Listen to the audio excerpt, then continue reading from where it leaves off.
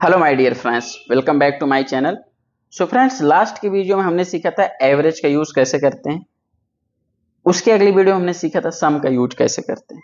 ठीक है, तो सम और एवरेज से रिलेटेड अगर डाउट हो तो हम इस वीडियो के डिस्क्रिप्शन में वो सारी लिंक्स पेस्ट कर देंगे, आप वहां से हेल्प ले सकते हैं।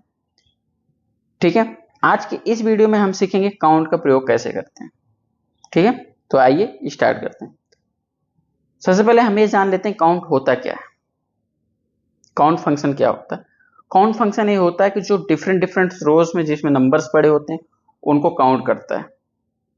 ठीक है, मान लीजिए आपके पास 1 मिलियन डेटा सोर्स है। ठीक है, अब आपको उसमें से काउंट करना है कि इसमें से कितना डेटा सोर्स में ए वाला नंबर है, कितना डेटा सोर्स में ए वाला नंबर है। तो उसको कैसे अप्लाई करेंगे? आप एक एक करके तो देख नहीं सकते वहां पे। तो सिंपल से आपको क्या करना पड़ेगा, आपको काउंट फंक्शन का अप्लीकेबल करना पड़ेगा वहां पे। ठीक है, तो यहां पे हमने कुछ डेटा सोर्स लिया है जो कि date, product category, region, sales amount, purchase amount. यह वीडियो हम फॉर्मूला टाइप्स के ऑटो सम फंक्शन से तीसरा वीडियो हम देख रहे हैं, काउंट नंबर्स। ठीक है फ्रेंड्स, आइए यहां पे देखते हैं।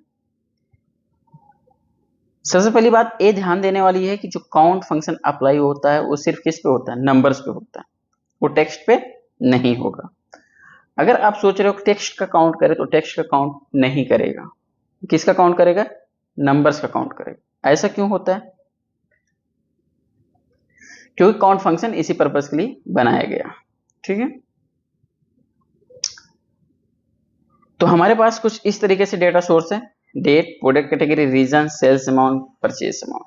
ठीक है, अब हमें ये जानना है कि हमारा जो सेल्स अमाउंट है कितने काउंट्स का, मतलब कितने नंबर्स हैं इसमें। ठीक है फ्रेंड्स, सिंपल हम क्या करेंगे, सिंपल हम करेंगे इक्वल टू काउंट का फंक्शन अप्लाई करेंगे उसमें। हमें जानना है, हम एक एक करके नहीं जाएंगे, एक एक करके उसका हम काउंटिंग नहीं करेंगे। हम सिंपल क्या करेंगे, इक्वल टू काउंट। ठीक है, काउंट के बाद जैसे हम एंटर करें, यहां पे पूछता है वैल्यू 1, वैल्यू 2। तो हमारे पे कितना डेटा सोर्स है? हमारे पे ए डेटा सोर्स है। ठीक है, तो हम इस पे क्या करते हैं, कुछ इस टाइप का डेटा सोर्स है तो हम इसको सिलेक्ट कर लेते हैं। ठीक है, यहां पे आप लोग देख पा रहे होंगे, इसको हमने सिलेक्ट किया। सिलेक्ट करके हमने क्या किया, ब्रैकेट को क्लोज किया। सिंपल से हमने ब्रैकेट को क्लोज करके जैसे हमने एंटर किया, आप लोग यहां पे देख पा रहे होंगे, यहां पे कितना टोटल नंबर आ गया, 20। क्या ये सही है? जी हाँ, बिल्कुल सही है। इसको वैलिडेट कैसे किया हमने? इसको हम सिंपल से इस पे जाते हैं और इसका सम करते हैं। इसका सम करते ही हमने देखा कि हमारे नीचे कितना आ रहा है, काउंट कितना आ रहा है, 20। ये तो हमने मैनुअली जाके किया, लेकिन हमें फंक्शन के माध्यम से हमें करना होगा, तो हम कुछ इस तरीके से कर लेंगे। ठीक है, सिंपल हम इस पे लगाते हैं इक्वल टू काउंट, और हम इन दोनों डेटा सोर्स के एक बार सिलेक्ट करके एंटर करते हैं। तो यहाँ पे देखो 40 आया। 40 क्यों आया? 40 क्यों आया, कोई बता सकता है? 40 क्यों आया? 40 इसलिए आया क्योंकि हमने सेल्स अमाउंट और परचेज अमाउंट दोनों का काउंट किया। दोनों का काउंट करने में क्या हुआ, नंबर हमारा दोनों का सम कर दिया, 1 2 40। तो यहाँ पे कितने काउंट्स हैं, यहाँ पे कितने नंबर हमने अपडेट किए, 40।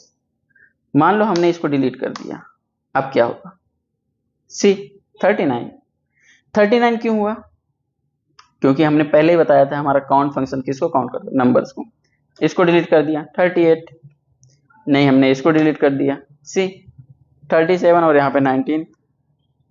हमने इसको डिलीट कर दिया, सी 18। और दोनों नंबर इसलिए चेंज हो रहा है क्योंकि हमने 18 वाले फंक्शन में हमने सिर्फ ये फंक्शन अप्लाई किया, और इस पे हमने डी और ई दोनों को काउंट निकाला है। ठीक है फ्रेंड्स, तो यहां पे आप लोग यहां से भी निकाल सकते हो, इक्वल टू हम लिखते हैं इक्वल टू काउंट, इन दोनों को हमने सम किया और एंटर किया। सी कितने हैं, 2, ड्रैग कर दो।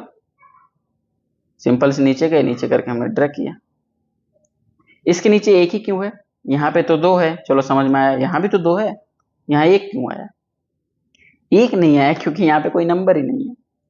सी दिस इज ब्लैंक ना। अगर कोई भी डेटा सोर्स ब्लैंक रहेगा तो वहां पे काउंट फंक्शन अप्लाई ही नहीं करेगा,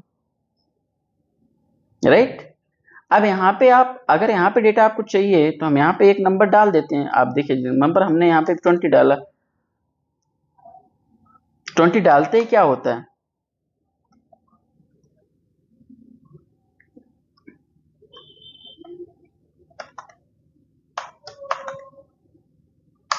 ट्वेंटी डालते ही आप लोग देख पा रहे होंगे यहाँ पे अपने आप क्या हुआ, 2 हो गया। सी यहाँ पे भी 1 है, वहां पे भी 1 है, यहाँ पे भी हमने 330 डाल दिया। सी ठीक है। तो यहाँ पे हमने क्या सीखा, यहाँ पे हमने काउंट को सीखा। कोई भी नंबर सोर्स हो, आपको नंबर्स निकाल लेंगे कितने नंबर्स पे वो डिजिट अप्लाइड हुई है, तो सिंपल सा फंक्शन हमें अप्लाई करना होगा। कौन सा फंक्शन अप्लाई करना होगा, काउंट का इक्वल टू काउंट लिख के जितने एरिया का काउंट निकालना उसे रेंज को हम सिलेक्ट करते हैं और सिलेक्ट करके जैसे ही एंटर डालेंगे रेंज हमारा अप्लाई हो जाएगा। ठीक है friends, I hope count function easily आप लोगों के समझ में आ गया है। काउंट फंक्शन से रिलेटेड कोई भी डाउट हो फील फ्री टू कमेंट, हम डेफिनेटली उसको नेक्स्ट वीडियो में कवर करेंगे। ठीक है फ्रेंड्स, जय हिंद।